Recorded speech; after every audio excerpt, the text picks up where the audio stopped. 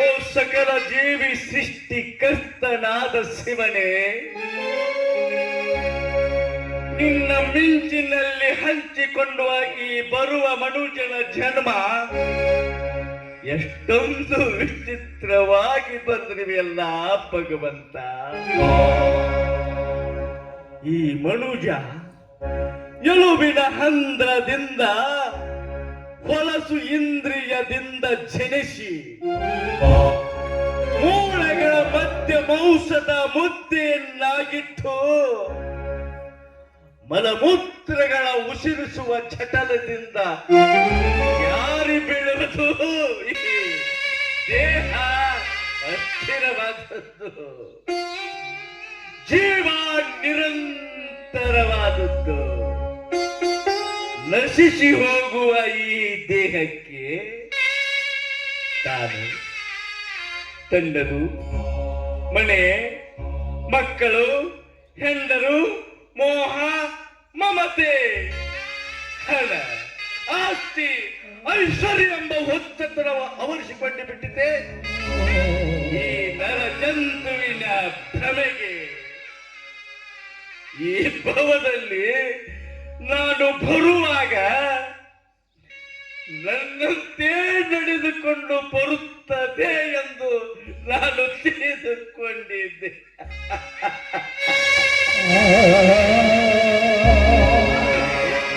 ಆದರೆ ಇದು ಮೇಲಿರುವ ಬ್ರಹ್ಮನ ಕೃತಿ ಎಂದು ಇಂದು ನಾನು ಅರಿತುಕೊಂಡೆ.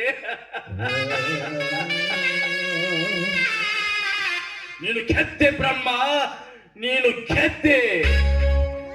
ನಾನು ಸೋತೆ ಬ್ರಹ್ಮ, ಸೋತೆ.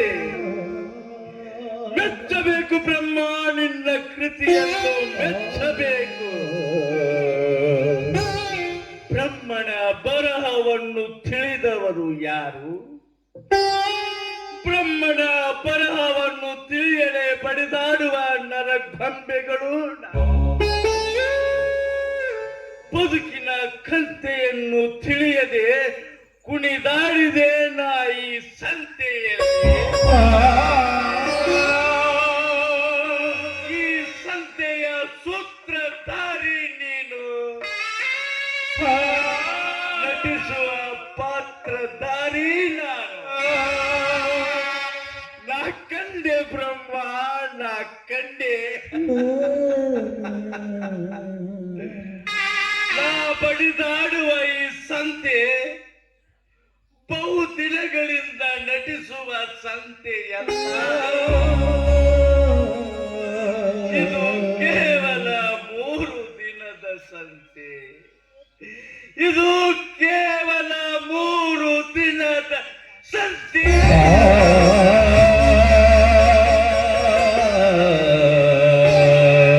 ಬ್ರಹ್ಮ, ನಿನ್ನ ಬರಹದಲ್ಲಿ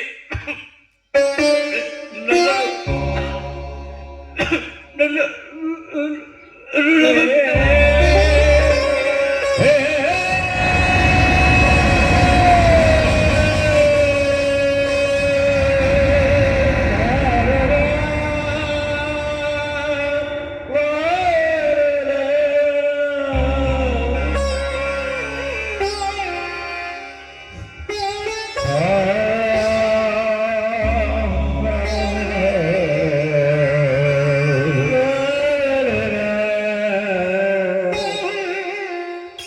da da da